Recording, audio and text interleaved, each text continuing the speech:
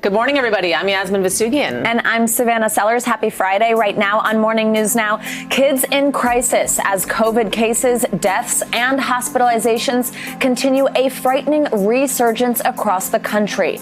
Young children, not yet old enough to receive the vaccine, are testing positive for the virus in troubling numbers. We'll take you to one Dallas testing center where as much as a quarter of the patients are kids. Back to the drawing board. Some Biden administration officials are worried that lifting Trump-era COVID restrictions at the southern border might lead to an influx of migrants that could overwhelm the system. What this back and forth means for hundreds of thousands of asylum seekers. Forget me shot. Let's be real. Keeping track of your vaccination card, that tiny 4x3-inch piece of paper, can be a tall task. So if you've misplaced it, fear not. We'll show you how you can get it back so you don't have to throw away your shot. Cracking down, a troubling rise in violent crime from New York to Chicago to San Francisco is now prompting a decisive response from the Biden Justice Department. This as shots rang out overnight in a popular D.C. neighborhood, wounding 2 men. We'll tell you about the DOJ's anti-gun trafficking strike forces. As we're continuing to watch the COVID situation abroad, we are celebrating opening ceremony today. The mood in here is of the Olympics. By what we're wearing, by the way. You're wearing red. You're in white. Your shoes are blue. Should I take my shoe off? I got a blue shoe on. I have white shoes on, which you'll never see. And a red necklace, by the way. Come on, take your shoes off. I know, but we're good. We thought this would be a good way to kick it off. And here we are. Ceremonies happening this red, morning. White, and blue. I know. USA. And we'll have lots of Olympic content a little bit later in the show. We'll begin, though, with that alarming rise in COVID-19 cases across the country, despite a months-long push for vaccination. So the CDC is now reporting a 53% increase in the daily average of COVID cases compared to last week. Hospitalizations and deaths, they're also back on the rise. CDC Director Rochelle Walensky warning about the spread of the Delta variant on Thursday. Compared to the virus we had circulating initially in the United States at the start of the pandemic, the Delta variant is more aggressive and much more transmissible than previously circulating strains. It is one of the most infectious respiratory viruses we know of and that I have seen in my 20-year career. As health officials warn, this has become a pandemic of the unvaccinated. More children across the country are testing positive for COVID. And of course, they're mostly unvaccinated. NBC News correspondent Morgan Chesky joins us now from a COVID testing center in Dallas. Morgan, good morning. So let's talk through what we're seeing happen there with kids. How many COVID-19 cases are the health officials seeing among children where you are? Yeah, Savannah, Yasmin, good morning. And they're certainly seeing more children come through this testing site over the last several weeks. They say about 50% of those who come through this drive-through testing clinic, about 50% are children. And they say the majority of those children are coming from a summer camp type environment where they have been exposed, at least directly or indirectly, to someone who has COVID-19. And there is a growing likelihood that those who have been exposed to COVID have been exposed to that more contagious Delta variant, which we are seeing a growing impact of here in Texas. We know that specifically a church camp in Central Texas tied to a church in the Galveston area near Houston has now been linked to more than 150 cases of COVID-19, specifically of the Delta variant. And I had a chance to speak to the health director in that county yesterday, and he just told me that this is highly contagious. And he says the speed at which it can spread is significantly different than what he witnessed over the past year. If we go back a year ago, whenever they were learning more about COVID-19 itself. A little bit different, a little more contagious, and that's why it's significantly more concerning. So, Morgan, let's talk through more about what's going on with these camps. I mean, what are families saying about what's happening at them? You've sent your kids there, and then something like this happens. At some places, there are restrictions in place. At others, there's not, especially when kids are outdoors. But what are families of these kids who are headed off to camp saying? Oh, they're very concerned. And it's been interesting this summer in that we go back last summer and summer camps either didn't exist at all, or the ones who did stay open had very stringent measures in place. Since then, we've seen the rise in the vaccinated population grow. And so we had a lot of summer camps essentially returning to normal operations this summer. And that could be one of the reasons that we're seeing this faster spread. We know that at one camp in particular in the Texas Hill Country, the camp itself had to temporarily shut down. The staffers had to quarantine after an outbreak of COVID there. I want you to hear what one parent of one of the campers had to say following that incident. Take a listen. We probably let our guard down a little bit, thinking, most things are getting back to normal. I want the whole thing to be over and everybody to be safe. Yeah, if that means we have to mask up and go back to where we were a few months ago, I'm going to do it. And you can hear the concern from that father here. We do know that as of right now, the main concern is getting kids either vaccinated or getting the return to wearing masks for those who are, they're the lights, they're with us now. And we do know that when school comes back, as of this moment, Governor Greg Abbott here in Texas had said that he will not require kids to wear masks back in the classroom. But we've also heard from President Biden, who said that the CDC will likely recommend that children 12 and under who are still ineligible for the vaccine go ahead and mask up when they go back to school. And it's going to be here before we know it. Yeah, certainly concerning for a lot of families, parents, children ahead of the school year as we're seeing this spread in summer camps across the country. Morgan Chesky dealing with those technical difficulties in the lighting situation. I think I saw a crew member maybe try to use a flashlight on you, so A+. Thank you. To the silhouette of Morgan Chesky. You're like, whoa, we came back from that spot. All right, thanks, Morgan. Now to a Massachusetts vacation town that's seeing a concerning rise in the number of cases, particularly among fully vaccinated people. NBC News correspondent Antonia Hilton joins us now from Provincetown, Massachusetts. Antonia, good morning. So just give us an idea, give us a sense, just how bad is this outbreak where you are, and then also across the state? And of course, when we hear that, the fact that it's particularly among fully vaccinated people, I mean, that's really got to be ringing alarm bells. Good morning, Savannah. That's right. It's pretty alarming here. There are 256 confirmed cases of COVID, and they are believed to stem out of July 4th celebrations that happened just a couple weeks ago, when in this popular town, large numbers of residents, non-residents, vaccinated and unvaccinated people were mixing at parties and events for days on end here. But what's really got people worried is that fact that many of the cases are vaccinated people. In fact, actually, the town manager here in Provincetown says that 70% of the cases are fully vaccinated people who got all of their shots. And the suspicion here is that this could be caused by the Delta variant, but they haven't received that confirmation yet. But to put this in greater statewide context, Massachusetts is the second state with the highest vaccination rate, and this is the area with the highest vaccination rate in the state. And so this has caused people to reevaluate, what does a safe summer look like in this popular town, Savannah? Yeah, absolutely. And so what is being done to try to keep it safe, especially when I know there's so many summer tourists there? What are officials doing to try to stop this outbreak? Well, first and foremost, officials are reminding people to please get vaccinated before they come here. And they are reminding people that if you are vaccinated and you do get COVID, you are going to get either an asymptomatic case or a much more mild case than you would if you did not receive the shots.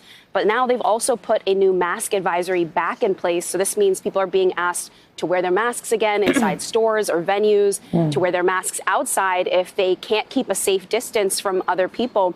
And, you know, the governor has allowed these localities to do that, to reinstitute rules if they feel that that's what's going to mitigate their risk and keep their communities safe. And of course, business owners and officials here want to be able to keep these places open, want people to come to P-Town and be able to party this summer, but they also want to make sure that these outbreaks stop and that people are safe. Savannah. Antonia, of course, this last year has meant businesses have been shut down. Restaurants, shops haven't been able for about a year now to get the type of business that they're used to.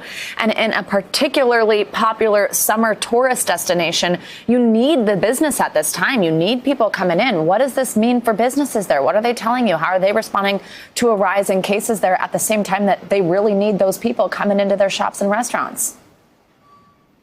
That's exactly right. I mean, the stakes are really high for these businesses because many of them struggled and fought really hard to be able to be open and serve their customers, their clients this summer. And so what we're actually hearing is some of them are even taking things a step further. We spoke to a business owner who runs a boutique hotel here called Pilgrim House, and he is demanding that all of the visitors be vaccinated. In fact, he's even canceled reservations for folks who are refusing to get vaccinated.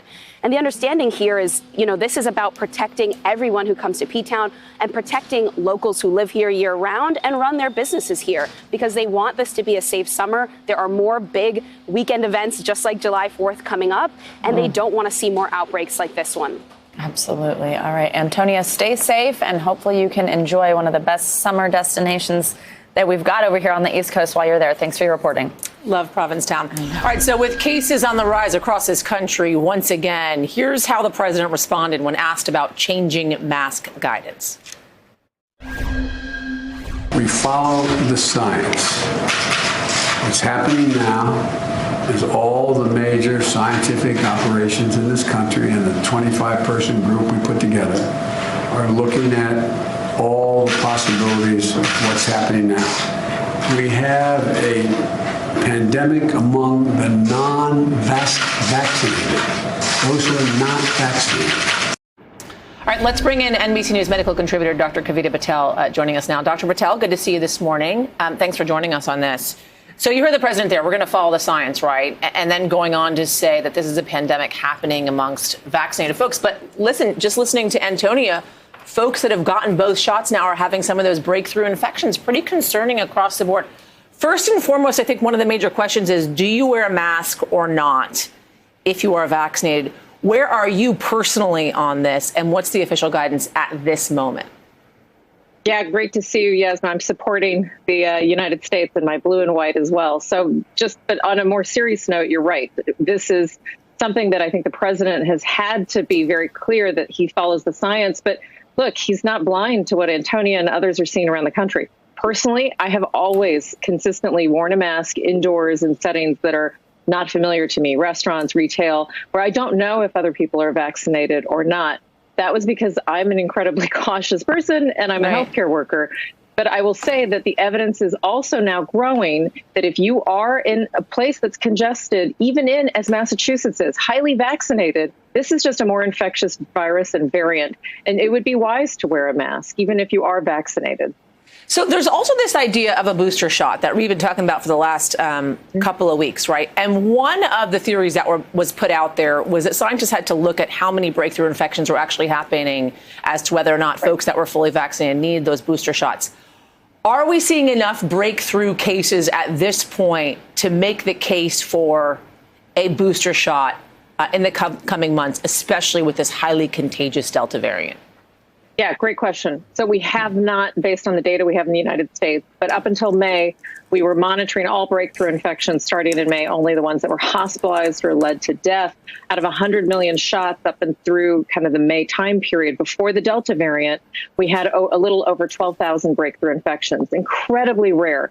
We still think that death and hospitalization is incredibly rare. We know that that's incredibly rare with vaccinations, but Yasmin, you're pointing to a blind spot. So the booster shot, the CDC Advisory Committee was discussing it yesterday, and they're really hoping that the federal regulators can help pave the way to allow for booster shots for select populations, especially. Dr. Patel, thank you as always. Great to see you this morning. The Biden administration is slapping new sanctions on a Cuban official and a government entity. It's all happening under the Global Magnitsky Act, which gives the president full authority to sanction human rights offenders. NBC News White House correspondent Monica Alba joins us now. Monica, good morning. So first, tell us about this move. Who's listed here? How and why did the White House arrive at this decision at this particular time? Well, the president was under pressure, Savannah, over the last couple of weeks since we saw, of course, that massive uprising, the protests in the streets of Cuba, given the regime there. And so the United States had said they were closely monitoring it, that they sympathized with the protesters, that they were behind them, that they wanted their voices to be heard. But yesterday was the first day we saw an actual action being taken place here, which are these sanctions against leaders within the own country of Cuba. And this is something where the United States is going to try to send a signal that, of course, they're with these peaceful protesters. But then there are also very just logistical challenges on the ground, like a lack of internet access. So they're hoping that by taking these steps, they can broaden that and try to get people there to be able to really just express themselves more clearly. And I want to read you a part of the statement that the White House and the president issued, where he said, as we hold the Cuban regime accountable, our support for the Cuban people is unwavering, and we are making sure Cuban Americans are a vital partner in our efforts to provide relief to suffering people on the island. Now, this did come from calls of both parties, Democrats and Republicans, who were worried, who did want the United States to step up and do more. And the way that the White House framed it, they said this is sort of the beginning. There could be other things coming down the road, Savannah. And Monica, you just showed us that statement from the president, and actually yesterday at the White House press briefing, Jen Psaki was pushed on this a little bit more. And I know she expanded on that statement from the president. What did we learn from her? And this was more also about the timing of why now, exactly to your question, and why did it take so long? And this was something where the press secretary said they wanted to be sure they were using all the proper levers. This is something that came from the Treasury Department and the State Department. And again, they're reviewing other options. Take a listen to how she framed it and why they felt the time was right now. We've made clear over the last week that addressing this moment was a priority for the administration and for President Biden, and that he had asked his team to look into a range of options that would both help the Cuban people, help provide humanitarian assistance, help look into addressing issues like the lack of internet access, and that also sanctions authority was a part of those considerations. What's notable here is that we have seen the Magnitsky Act and these sanctions being used for countries like Russia and Venezuela. So the fact that they're being used now against Cuba is significant. And again, there could be more to come. Lots to watch for. Monica Alba, as always, thanks for your reporting. All right, 2 people have been shot after gunfire erupted in a popular restaurant area in Washington, D.C. last night. According to authorities, both suffered injuries that were not life-threatening. Police released this video showing 2 people who they describe as suspects running towards a parked black car after the shooting. They say one of the wounded men was believed to be the target, while the other may have been an uninvolved bystander. And that shooting happened on the same day the Attorney General announced plans to tackle the crime wave in America's major cities. The DOJ is deploying more federal resources to combat a rise in gun violence. But some wonder if it will really make a difference. NBC News correspondent Gabe Gutierrez has more. Savannah and Yasmin, good morning. The Biden administration says it is cracking down on illegal gun sales, but some critics wonder whether going after guns is the best way to handle this crime wave. In New York City, police are looking for the gunman who shot a 16-year-old in broad daylight. Just another example of surging gun violence in major cities across the country. This strikes not only at the communities we serve, but at our own community of law enforcement. Today, the Justice Department launched what it calls anti-gun trafficking strike forces in 5 cities: New York, Washington, D.C., Los Angeles, San Francisco, and Chicago, where just yesterday 3 people, including a teenager, were killed by gunfire and 32 others were wounded. In D.C., outrage after 6-year-old Nia Courtney was gunned down. Our families is broken, and we will never be the same again. The Biden administration is focusing on a crackdown of illegal gun sales, but similar tactics have been tried before. You believe that the main reason for this uptick in violent crime is bail reform? Without a doubt. Critics, including the head of the NYPD's Detectives Union, argue going after guns is not enough. They highlight recent cuts to police department budgets and the elimination of cash bail. It's a revolving door. New York City detectives and police officers from year to date have made approximately 3,500 gun arrests, and 75% of those individuals are let back out onto the street. So there are no consequences. The Attorney General says this new initiative will make it easier for local cops and prosecutors to share information, helping to arrest people with outstanding warrants. Savannah and Yasmin. Some heartbreaking stories there. Gabe Gutierrez, thank you so much. Now let's get a check on your morning news now weather. Michelle Grossman joining us live this morning. Michelle, good to see you this morning. What do we got, especially for the weekend forecast? Yeah, it's Friday. What do we got? It's Friday. So good to see both of you. And, I feel a little guilty saying this, but we're doing so good in New York City, the Northeast. It was so nice yesterday. It's going to be so nice again today. But a lot of spots are in the 90s, feeling more like 100 degrees. So we really have a heat dome in place that's affecting a lot of people. And that's also setting the stage for more fire. So we'll talk more about that. But let's look at the numbers. 96 degrees today in Minneapolis, 13 degrees above what is typical for this time of year. Omaha, 97. And that heat's going to slide to the east on Saturday. So places like Chicago, you're going to feel like 99. You're going to feel like 103 in Kansas City and St. Louis. So you want to stay indoors when you can, wear light, loose clothing, stay hydrated throughout the weekend.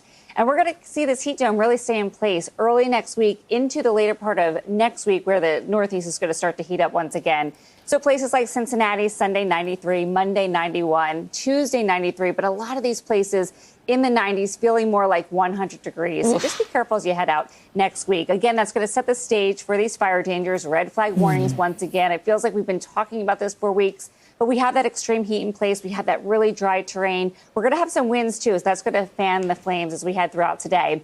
Your smoke forecast, hazy skies, reduced visibilities. There it is, jumping on that jet stream, that conveyor belt of wind, really. And that's going to see, we're going to see wind, smoke as far south as the southeast. Wow. Also a severe weather threat. So hail and wind will be the biggest threats in parts of the Midwest and also the northern plains. So you guys enjoy your day. I know it's like so beautiful in New York City. You look beautiful, both of you. I feel like you should go out and do something. Oh, stop it. Wait, what did you say? I can't hear you. Say that again. One more time. I do have to say, though, it's so pretty. It's just so crazy what's going on right now. Disturbing to see a smoke forecast slide within a weather forecast. It's terrible. I mean, it really is, but you're right. Eerie. Especially seeing the effects of it all the way on the East Coast, shifting all the way across the country. Especially with so much of fire season left still, it's really scary. Michelle Grossman, who also looks beautiful, by the way. Beautiful. Yeah. Thank you. Enjoy your weekend. Bye, guys. Coming up, everybody, the trials and tribulations of the Olympic Games during a global pandemic. NBC News sits down with Japan's prime minister for his first U.S. television interview. That's up next. Overcoming the hardship of the coronavirus and to be able to hold the games, I think there is real value in that. 3, 2, 1, everybody. It's finally here. An Olympics opening ceremony like no other taking place this morning, kicking off 17 straight days of sports and spectacle. NBC News correspondent Stephanie Gosk is in Tokyo for us. Good morning, Steph. Good to see you. Good morning for us, of course. Good evening for you. You got a year delay there. The Olympics finally getting underway. Talk us through the mood, how things are going so far amidst the opening ceremony so many folks are excited for right now. Yeah, a lot of people around the world, they estimate 4 billion eventually will be watching what's going on inside that stadium. But I actually want to draw your attention to what's going on outside the stadium, which probably best sets up what the mood is in this country. So there is a band of protesters. It's tough to tell how many are out there, but there have been vocal protests about these Olympics for a while now. People frustrated, thinking the International Olympic Committee has forced these games upon the country during a pandemic. They're worried about the security of their country. But there's something else going on as well. Outside the stadium, there are groups of people sitting down outside, hoping to catch a glimpse of the fireworks, hoping to hear some of the music from inside the stadium. And although we can't get there to talk to them because we're simply not allowed to, you can imagine that there may be some people who are frustrated that they can't take advantage of the pride that they must feel that their country is pulling this off. Guys? It's this odd split screen moment, right, as we're watching the Olympics beginning, but knowing the issue when it comes to this pandemic and COVID as well. Talking about the numbers, over 100 people now have tested positive, connected to the Olympic Games so far, despite all the precautions, as you're mentioning, not even allowed to get close to seeing some of the festivities. What are officials saying there? Well, let's talk about those numbers first, if you don't mind. There really are two groups of numbers. You have the numbers of the people who are associated with these games who have tested positive. And as you mentioned, that number has gone over 100. That is still a very low positivity rate, still below 0.02%. Then you have the numbers outside of the Olympic so-called bubble here in Tokyo. And those continue to rise. And they are basically the highest they've seen in months now. And that fuels a lot of the trepidation about these games. But my colleague Keir Simmons had a chance to sit down with Prime Minister Yoshihide Suga, and this is what he had to say about those numbers and the games going forward. Many Japanese people are deeply worried that there will be a rise in infections. Did you consider cancelling the games? I think that canceling the games is very easy to do. But Japan made the bid and was awarded to be the host country. And as the nation hosting the games, I believe we must fulfill our obligation to the rest of the world. The head of the organizing committee also said that they could still cancel the games if they saw a big spike in numbers. They have not seen that spike so far, guys. Steph Goss for us. Thank you, Steph. Good to see you. Want to look now at what's making news around the world this morning. And we have Raf Sanchez with us today from London. Hi, Raf. Good morning. Savannah, Yasmin, good morning. Indonesia is now the global epicenter of the fight against the Delta variant, with higher case numbers than either India or Brazil.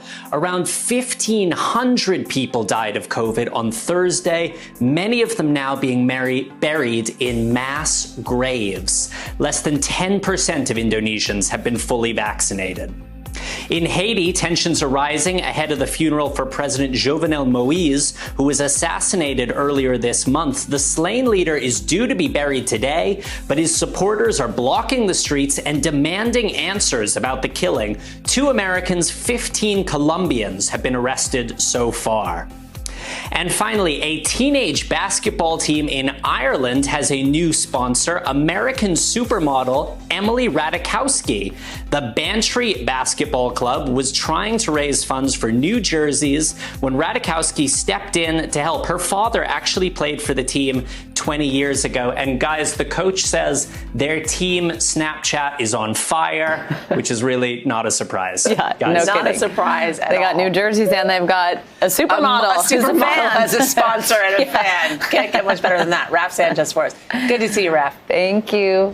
Coming up, anti-vaxxers are speaking in code to fly under the radar online. NBC News got access into one of these secret Facebook groups. We're going to tell you how they're tricking Facebook and spreading their messages. That's coming up next.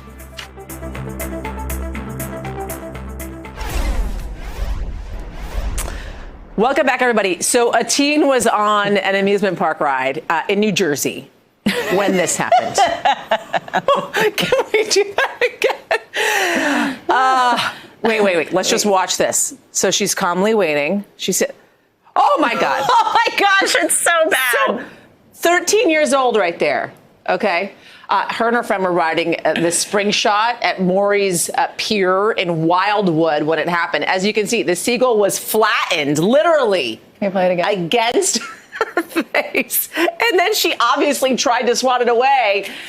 And I guess these birds, they have somewhat of a bad reputation on the Jersey Shore for snatching food as well, but not necessarily attaching themselves to a face. And I just want to note, by the way, we're joking about this because the girl is okay and we are assuming the bird is okay as well. Can I just say one thing? Thank God that burb? I don't know. That bird did not anymore after the video. Poop as well. I mean, that would have been. Okay, I just got the okay from our EP, meaning move on. So yeah, definitely meaning move on. I do have something to say, though. That's disgusting. Also, can you imagine if she probably felt like the little claws? Okay. Mm-hmm. Okay, thanks for that video. Yes. Moving on. Earlier this week, we reported that the Biden administration was rethinking plans to cancel a controversial COVID-19 order which blocks migrants from crossing the southern border. Now, 2 U.S. officials familiar with the issue have gone further, warning that lifting that order could trigger a surge in migration and overwhelm the system. NBC News Justice correspondent Julia Ainsley joins us now. Julia, good morning. So the Biden administration was aiming, we know, to end this so-called Title 42 order by July 31st. Now we've heard they're rethinking that and have gone so far to hear from one official who told you that this would be, quote, catastrophic. Explain the concern here, because I know there's 2 things at play. There's both the general COVID concern, which is what this was about in the first place, and then also just the general surge we've been seeing now for months at the southern border. Yeah, that's absolutely right. So right now it is in place. Title 42 blocks a lot of immigrants from coming into the United States. The exception was made for children under the Biden administration. And we see some families and single adults who are able to get in, but by and large, there's no guarantee that even if you have a legitimate asylum claim, that you'll be able to come into the United States to make that claim and have your day in court because of this public health order that's been in place since March of 2020 when the pandemic began. Now we're hearing that there's a rethinking of that date. They started to claim it was because of the Delta variant, but now we're hearing that actually in internal deliberations, there's a real concern that there could be a surge at the southern border that would be beyond the capacity that our immigration system can handle. Already last month, we saw a 21-year high with over 188,000 immigrants encountered at the border, and 1 million immigrants have been blocked from coming in since this order went into place. So if that's lifted, not only do they expect a lot of people who weren't able to get in to now try again, but they also think that there could be a magnet for people who may be considering making that journey. But immigration advocates think that's not the reason to keep this in place. So, Julia, well, you just touched on this, that there are these immigrant advocacy groups that don't think that that's a reason to keep it in place. But I mean, it sounds like with the numbers that you just ran through, essentially, we've already been dealing with a surge that has overwhelmed the system as it is, right? I mean, that's what our reporting has been saying for months now.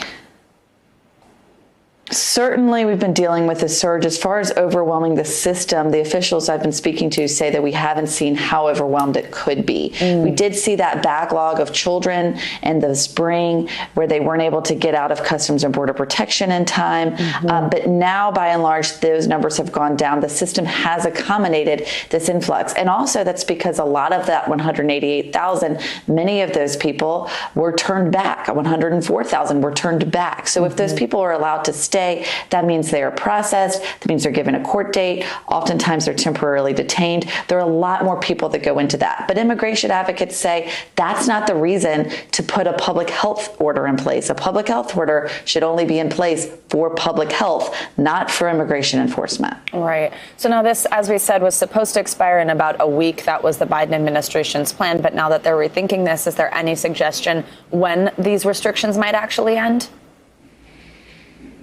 No commitment yet. In fact, that July 31st deadline was something that we know that they talked about internally and had targeted. They really don't like to give a public deadline because they're afraid that immigrants would then make plans to come at a certain date, and then they could see that flood and that surge that they're trying to avoid. So right now, we're just keeping an ear to our sources to figure out when they might be talking about next. All right, Julia, thank you as always for your reporting on this. All right, anti-vaxxers, they're skirting social media bans by using code words in text. Some groups with up to 40,000 members, they're calling themselves dance parties or dinner parties as well. They're even including screenshots of code legends to help teach people the lingo that they need to fly under the radar to continue to push these conspiracy theories. Want to bring in NBC News senior reporter Ben Collins, who's been following the story for us. Ben, good morning to you. Good to see you on this. So talk us through this really troubling kind of development, these Facebook groups flying under the radar with tens of thousands of members. How are they doing it?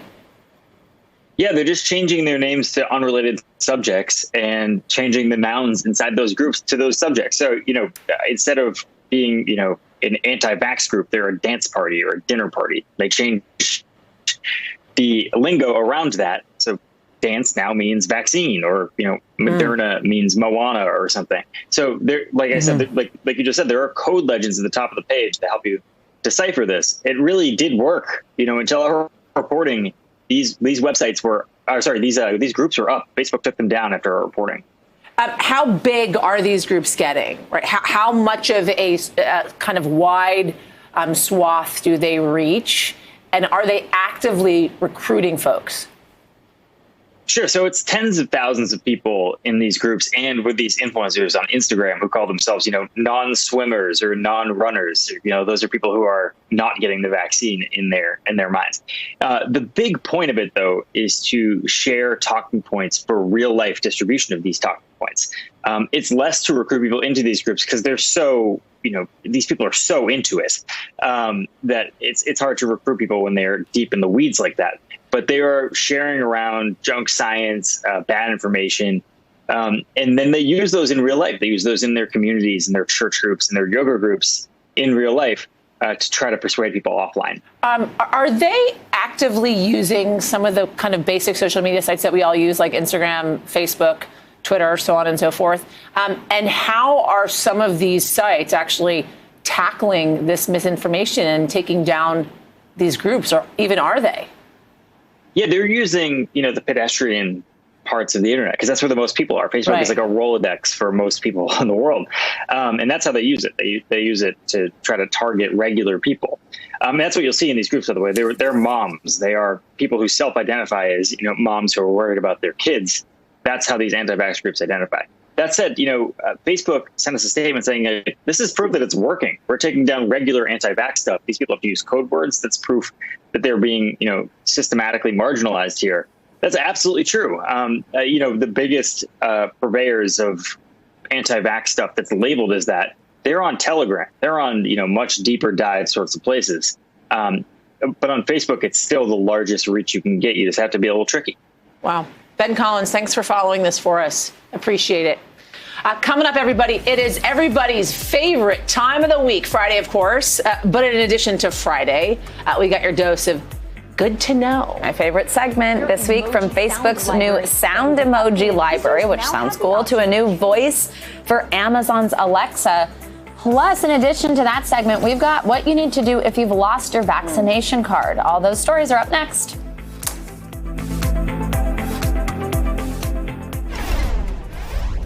Headed out the door but can't find your vaccine card? Well, don't panic. There is actually a way to get a replacement. NBC News Now correspondent Maura Barrett joins us now with the info on how to get one. Maura, I think this is going to be useful for some people because this is a very tiny piece of paper. I actually don't know if I know where mine is right now. So tell us what we need to know here. Right, Savannah, sometimes that card feels almost as important as the actual shot these days, with everything reopening and needing to show proof in some cities. And some people take a backup photo or have a photo they carry on their phone, but that actual hard copy is really important. And in some states, if you lose it, it's going to take a couple extra steps to get it back, and it really varies state by state. Keys? Check. Wallet? Got it. Phone? Phew. Vaccine card? Vaccine card.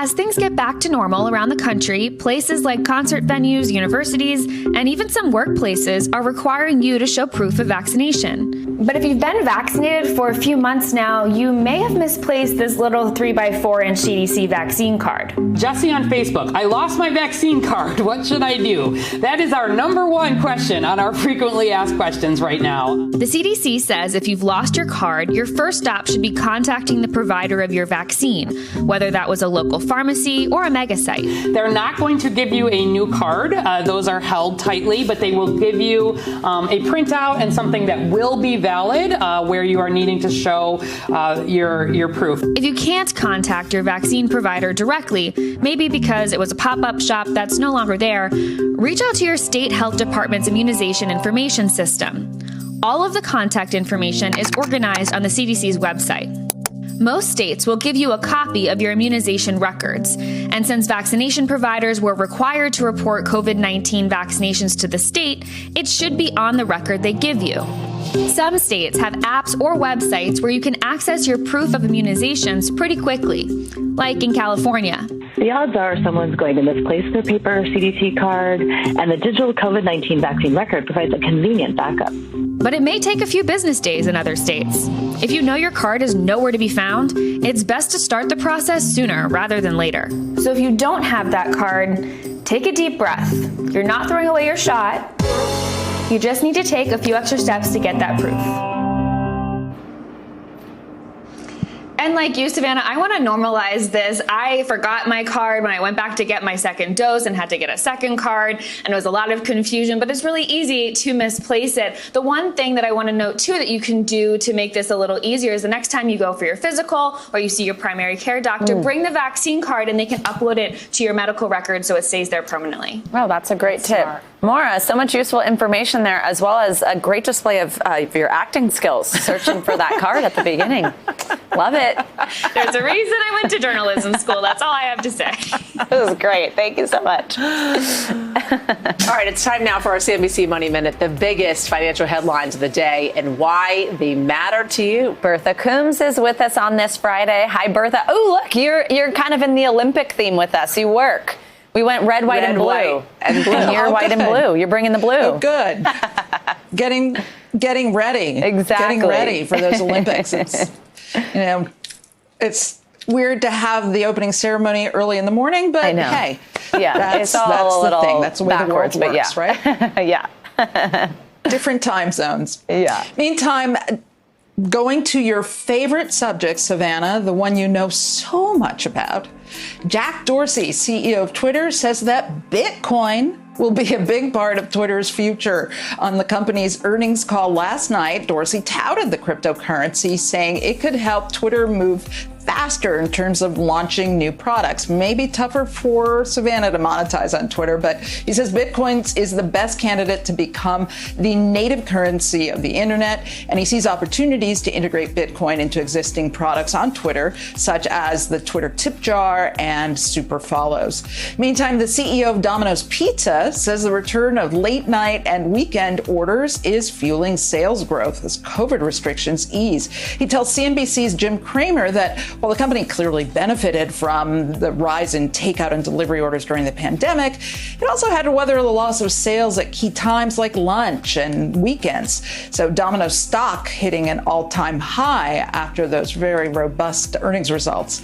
Meantime, Mercedes-Benz plans to go all electric by the end of the decade. The automaker is going to invest almost $50 billion in the effort and says all new models will be electric only starting in 2025.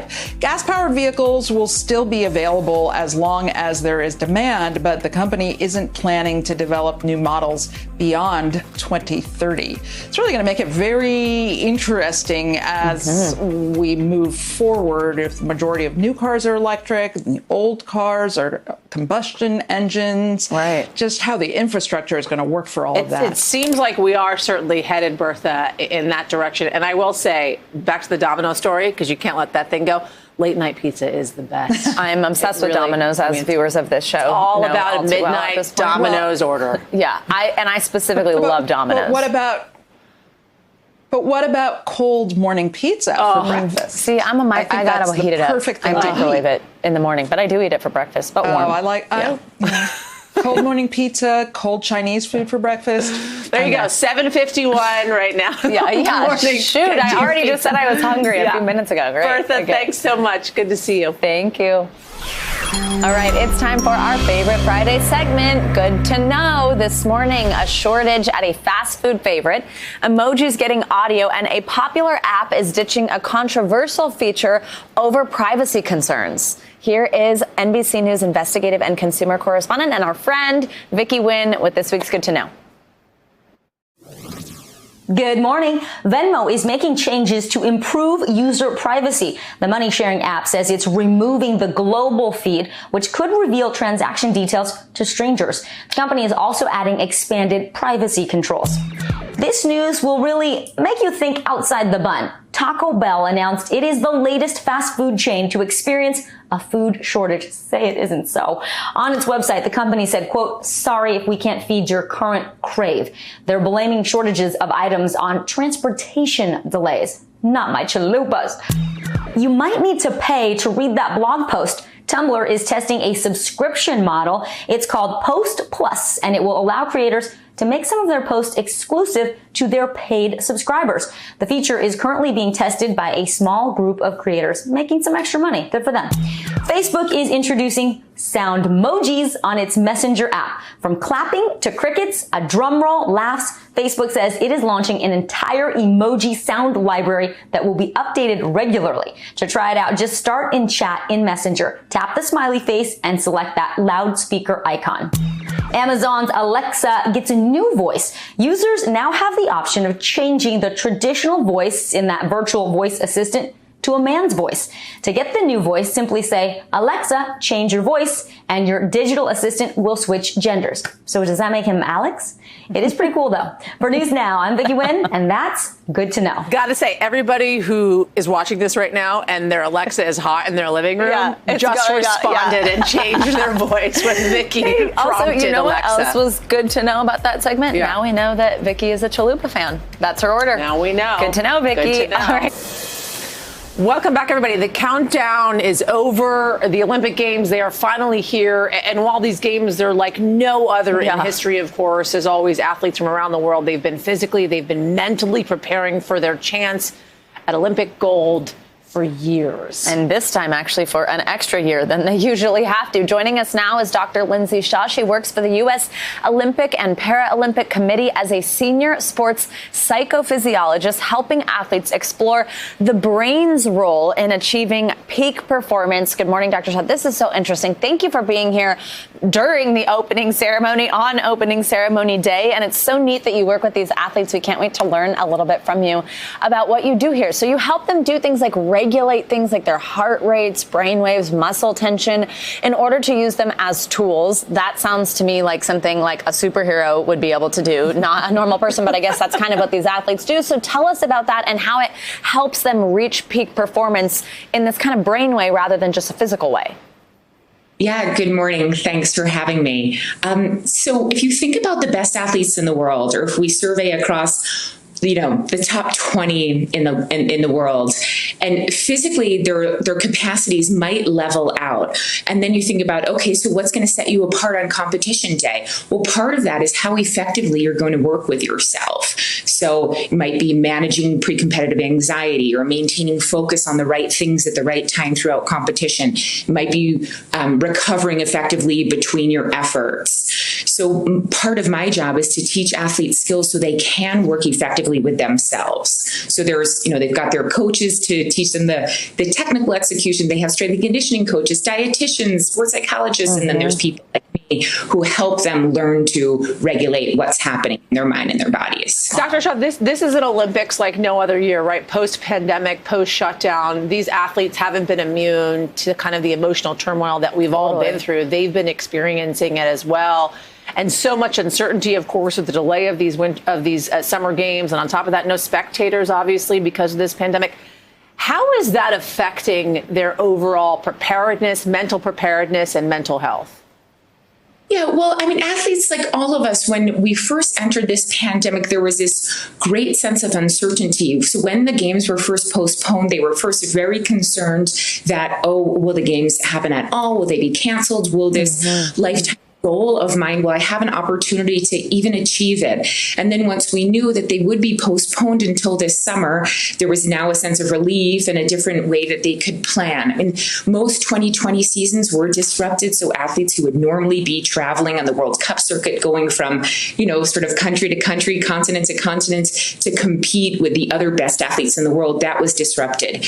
Early 2021, many athletes have resumed traveling, they have resumed competition, and they are getting ready for Tokyo. But no matter what their competitions have looked like in the last 18 months, we're directing athletes to focus on the fact that they have an opportunity to compete this summer. I mean, starting, really a couple of days ago, and again, show the world what they're capable of.